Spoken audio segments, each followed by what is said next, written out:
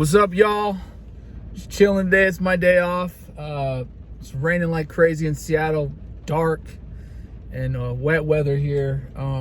Definitely a good day to sit back with some cocoa or some coffee and some popcorn or something and just watch a movie. So I'm just sitting here with some thoughts I just want to share. We're just living in a day and age that people are so confused about what is love. And you know, I've definitely made a lot of mistakes when it comes to love. And I think that the world is in the chaotic state that it's in today because people don't understand what love is. First of all, God is love, and there's characteristics to God. You know, he's patient, he's kind. It says he's slow to anger. It says that, you know, God is forgiving. That's why he asks us to forgive. And one of the biggest things that people overlook about love is being committed. And that's not just being committed when everything feels good and you're just kind of on the high in whatever relationship that is. It's when it's on those worst days. It's on the days when you want to give up. That's how you show a person that you love them and that you're committed. And it's also having faith that, you know, if you do it God's way, and even though it might be rough at times, even though, you know, there might be times when you're not understanding one another, you just don't give up. And if you do that, eventually that relationship, I believe, grows down deep. It's deep roots. And also there's stability because the person is not insecure about your love for them, whether you're going to get up and leave. And it's sad because, you know, as you get older, and especially as you get older and you know, go out and you date other people, maybe you've been divorced, maybe you've been in other relationships, a lot of other relationships. There's a lot of people out there that are so damaged, even if you try to love them, any little thing that you do, they either bail on you or they overreact on it because of undealt with pain and hurt, or perceptions because they think you're just like the other person. They think you're like the other guy or the other woman that left them and abandoned them and hurt them. And that's why there's just so much just hurt and confusion. And I think relationships have been under so much pressure in our world today. And so I guess I'm just encouraging people to not start up relationships with people that can't define love. Because I think that somebody that's going to be healthy is going to sit down and think about it, and they're going to be able to communicate and speak what is love to them. And too many people today, love is emotion, it's a feeling. And when those feelings are up and down, they're in and out of the relationship. There's no commitment, or it's based on if a performance love, where it's like, you know, they focus more on the mistakes you made, and they're not just appreciating you and being thankful for what you bring into the relationship. It's easy to find all the flaws in people. It takes us no time at all.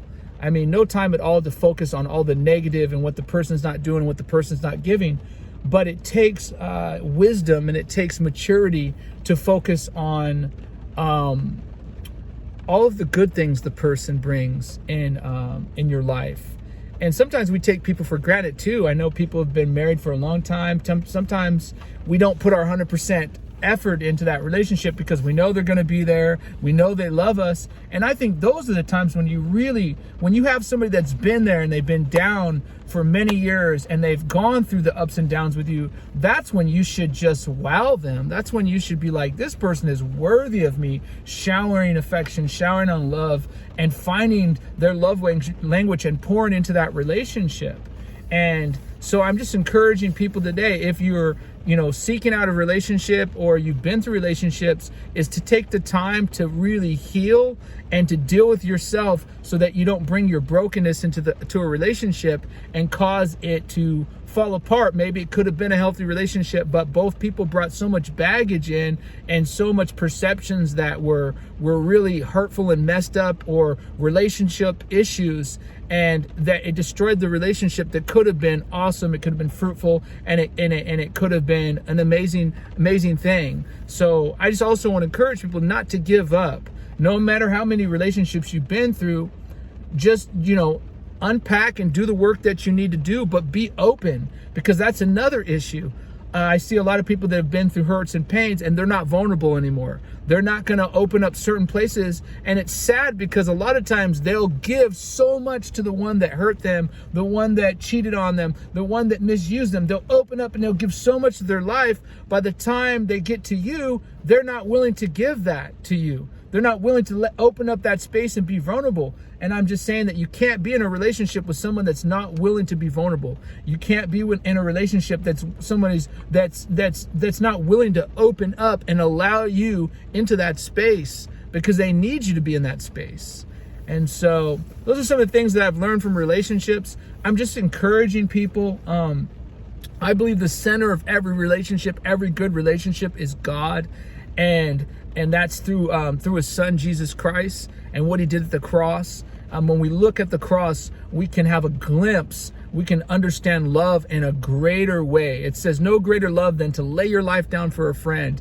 And if both people in the relationship are really laying their life down, really laying their pride down, how can it not be a great relationship? And that takes time, that takes effort, that takes deliberate thinking through. And so just encouraging everybody. Maybe you're going through a hard time right now. Maybe you're going through a struggle in your marriage. Maybe you're going through a struggle with your kids. Maybe you're just going through a struggle in relationships or with families. I'm just saying, keep having those conversations. Don't give up. The grass is not greener on the other side unless you're being abused, unless the person has been constantly, cheating on you. And I think even if a person cheats once or has some issues there, if they're willing to come to the table and they're willing to do the work, there is forgiveness, there is freedom. I don't think that most things are the end all. I know we live in a world that is very unforgiving and very merciless. I know there's a lot of sayings out there saying that once a dog, always a dog. But I do believe there's some guys that probably have never been loved, and I don't use that as an excuse for them to cheat.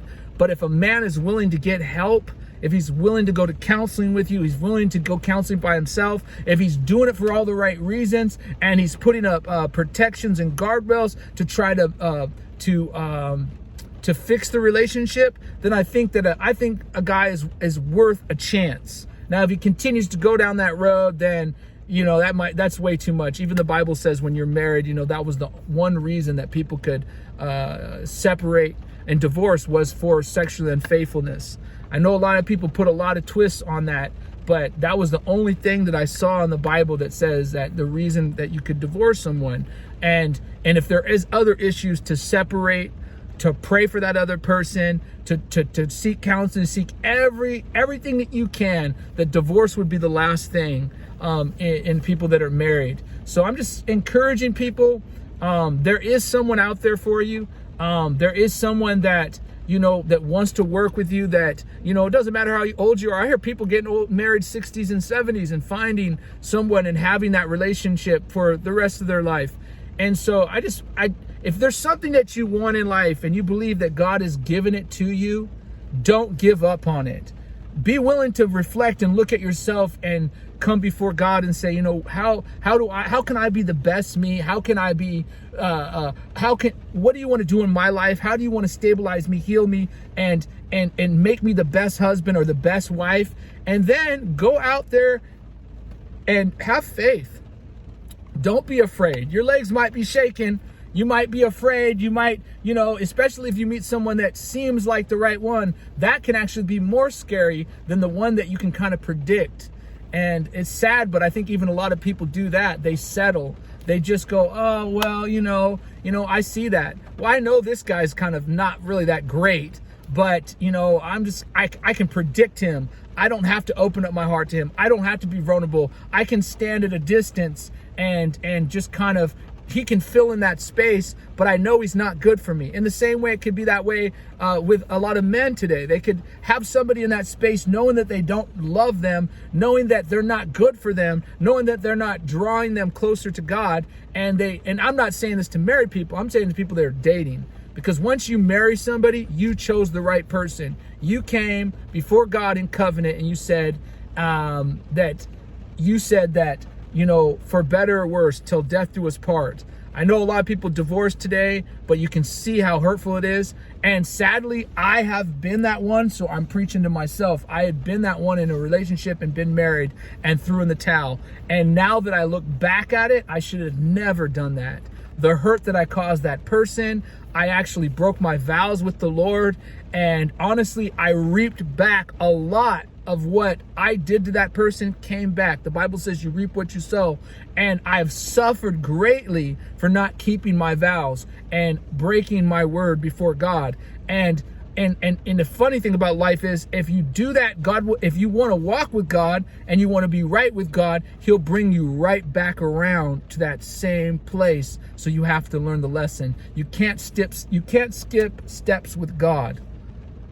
You think you can, but you can't. You'll always come back to whatever was broken, whatever wasn't right. God will bring you back to that place so he can develop your character so that you can be more like Christ. So stay encouraged today. Don't give up. I don't care what you're going through today. Jesus is with you, and he loves you and he wants to walk with you. Just open up your heart, open up your life to him.